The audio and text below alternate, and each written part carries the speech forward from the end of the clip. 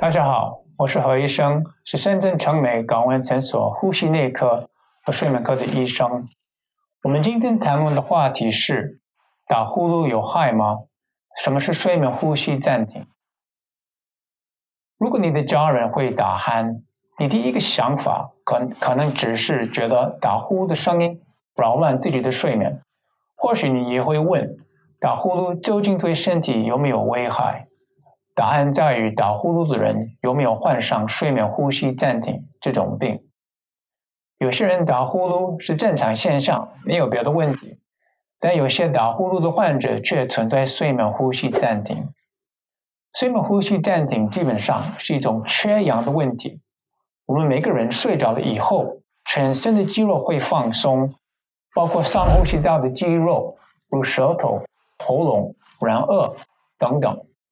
因为睡着后肌肉的弹性很松，即使在躺着，这些肌肉会往下走，阻碍呼吸道，导致气流不足，最后变成缺氧的问题。好在我们的身体虽然睡着了，但还可以感到这个阻力，并自动把自己唤醒过来一下，让肌肉的弹性回来，呼吸道就打开了，气流就这样恢复了，把氧气度提升到正常的范围内。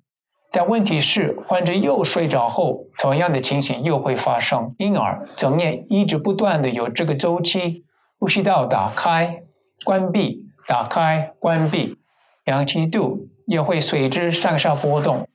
那这样的问题有什么后果呢？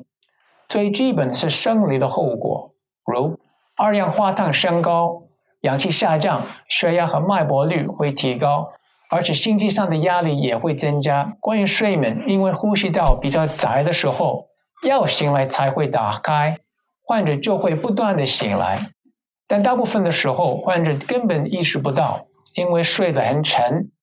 别的病人却会意识到，让人觉得他们的睡眠很浅。无论意识到还是意识不到，睡眠的持续性会受到影响，变得断断续续的样子，所以睡眠质量不好。白天可能会一直觉得很困，或者睡觉时有慢性失眠。白天犯困最危险的就是导致疲劳诈尸。相信很多人都知道，疲劳诈尸是最重要的交通事故发生原因之一。但心血管系统里导致很重要的后果就是高血压。如果你现在有高血压，并且会打呼噜，或许你就已经患上睡眠呼吸暂停。因为睡眠呼吸暂停跟心血管系统的关系是一种重要的话题，我会在另一个视频里讲得比较详细。除了心脏上的后果，睡眠呼吸暂停也会影响我们的大脑。这个缺氧问题跟老人痴呆也有关系的。有一项研究收集了20万病人的数据，汇总分析后，发觉有这种病的患者的痴呆或者认知功能减退的概率会增加26%。睡眠呼吸暂停跟中风也有关系的。在一个调查的5422患者当中，呼吸困难比较严重的人，他们得到中风的概率会翻接近3倍。